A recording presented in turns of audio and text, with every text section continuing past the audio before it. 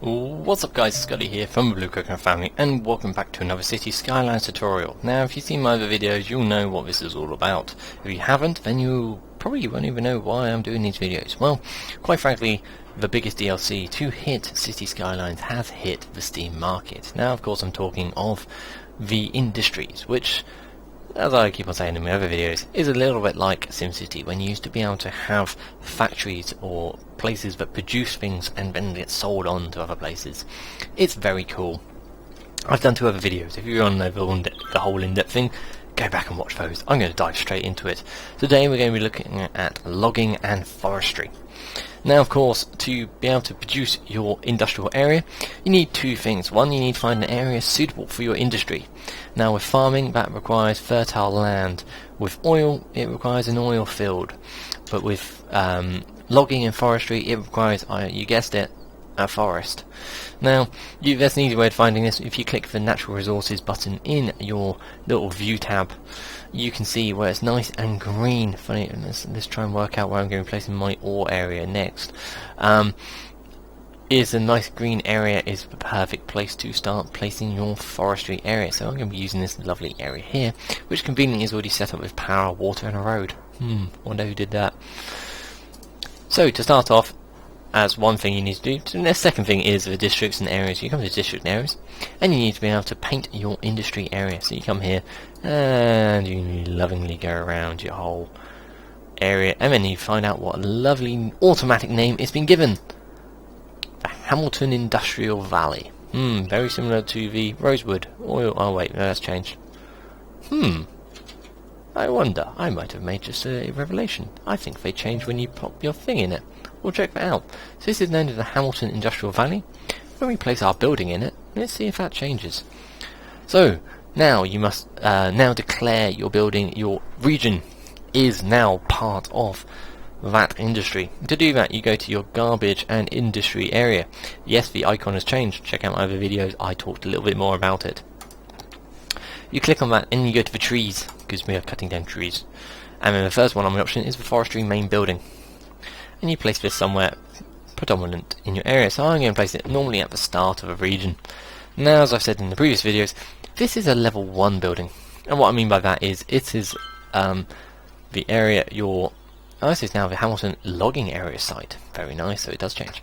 You can see here it says 1 star. And the more and more you develop an area, the more stars it gets, and the bigger this building gets. We can now see that from my previous video, but your product is now a 4 star. And the building's pretty big, and my first farm area is now a 5 stars, so the top level you can get, and we've got a huge farm building here. But of course, what's the forestry if you've only got a little hut and not much to do in that hut? The guy's got a chainsaw, but I don't think he's going to do much with it. Now I know it has no power, but of course once I start producing things down here, it's going to get its own power. So under the same tab, you've got some other options. So forestry worker barracks, this is where the workers will stay. Each one holds, let's see, workplaces, 35 workplaces. So each one holds a lot of places, and is a good way of boosting the numbers in your region. You'll see here that there's a couple of things to boost your area region, so you need to produce more natural resources, or produce more resources. The other one is how many workers you've got in that area. So having an area for workers to stay is a good way of boosting how many workers you've got in that area. The other building you want to place down is this maintenance area. This helps make your area more efficient. And we can see here storage efficiency 103%. That changes depending on how efficient your area is really. So now we need to get onto the main juicy part of it. If we come here and go to extractor buildings, we can see we've got some options here.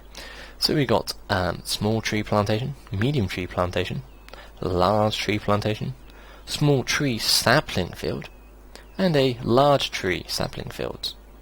They all produce the same thing, except for they produce it in different rates. So this produces 9,600 units per week. This produces 6,400 units per week. This one produces 11,200 units per week. This one produces 8,000 units per week. This produces only 4,800 units per week. So we're going to place down plenty of these large ones because why not? So these large ones here, Just place them around in areas. We can go back and fill the area with the small areas. Lovely job. Just like so. So let's fill in some of these smaller gaps.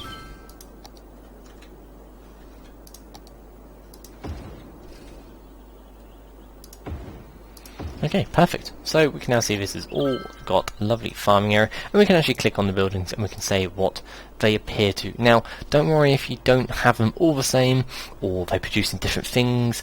This is just an aesthetic thing. They don't actually produce different types of wood, which you require different things to later down the line. This is just how they look. So this is a conifer, apparently. That doesn't look like conifers.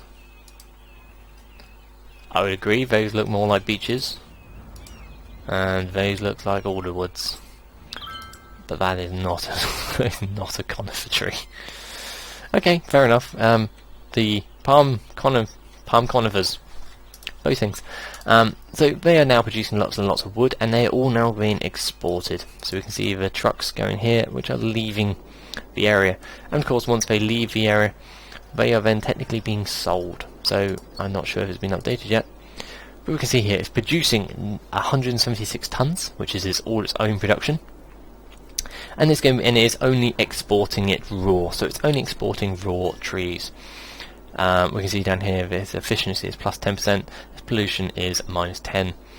So basically we can see here the higher industry level, the less pollution is caused by extractors and processing buildings in it, which is very nicely done. We're already at level 2 because we've hit that resources being produced and also the workers that are in our area. Now, if you want to produce some more money maybe in your region, and you want to be able to produce some things later on down the line for your mega factories, then there's a couple of things you can do. So let's start off. All this product now is currently being shipped out of the region, which is okay, but I don't really want it to do that because I want to keep hold of it. So I'm going to create another little side road here, which is going to scoot behind my extract buildings, and I'm going to put some some storage areas on here. So we've got a couple of options. So you've got some small log yards, small sawdust yards, large log yards. So they all store the same thing except for different amounts. So this is 600,000, 500,000, 400,000, and 300,000. So let's do the wood chip storage because that holds the most. And we're going to do it at the top end here, we think. So what this does is this will allow all the lorries to, rather than be directly exporting that load, they are now going to be going out and sending it into their storage areas. Now if we click on these, they have a storage mode. By default it's set to balance. What that means is it will store about 50% of its load, so it's got room to import some more and it's got room to export more. So this is good if you're not sure what you're doing with it yet and you just want an area to be able to stock it all up. If you've got a mega factory and you want to be able to hold as much product as possible, if you've got use for it later on down the line, then you've got the option to fill it, so it keeps it at pretty much 100%. So if you've got room to export loads but hasn't got that much room to import anymore, but if you want quick cash and you want to get rid of it as possible, you've got that option to empty it. So we'll keep it on balance for now. We can see these are quickly filling up, and we are no longer exporting things here. So this is going to drop pretty quickly. About to hit our level 3. Any second now, we're going to see this jump up. And there it is. See, it does change. So this is all good. So we now got these. Now we need to actually produce something out of them. So if you come back to the industry tab, and you go to the yellow cog, which is the processing buildings, and we've got a couple of options here. So each industry produces 2 types of material. Well, technically 3. You've got the raw material, and then you've got 2 types of processed material. So with logging and forestry, you've got an option of what's it called? Planed timber, or you have paper. Technically, I know it said biomass pellet plant, but it produces paper. but in different quantities. So this one produces 6,400 units per week, this one produces 6,400 per week, so these are the same tier but for the different products, whereas these ones produce 3,200 and once again 3,200. So we're going to produce some of these large factories. So let's do this pulp mill here. Slope to sleep, that's deep, that's a shame. Well, we can go there. And let's do energized wood plant. So we do 2 and 2 there. So we can see now the factories are at different sizes, even though they produce the same amounts. So what this does now is this will now import all that wood. So we can see it coming down here. It's just imported that raw forest thing. It's now going to be exporting paper. So then now that gets added to our total exportation, and we can see here that we've got these 2 extra green lines lit up of paper and planed timber.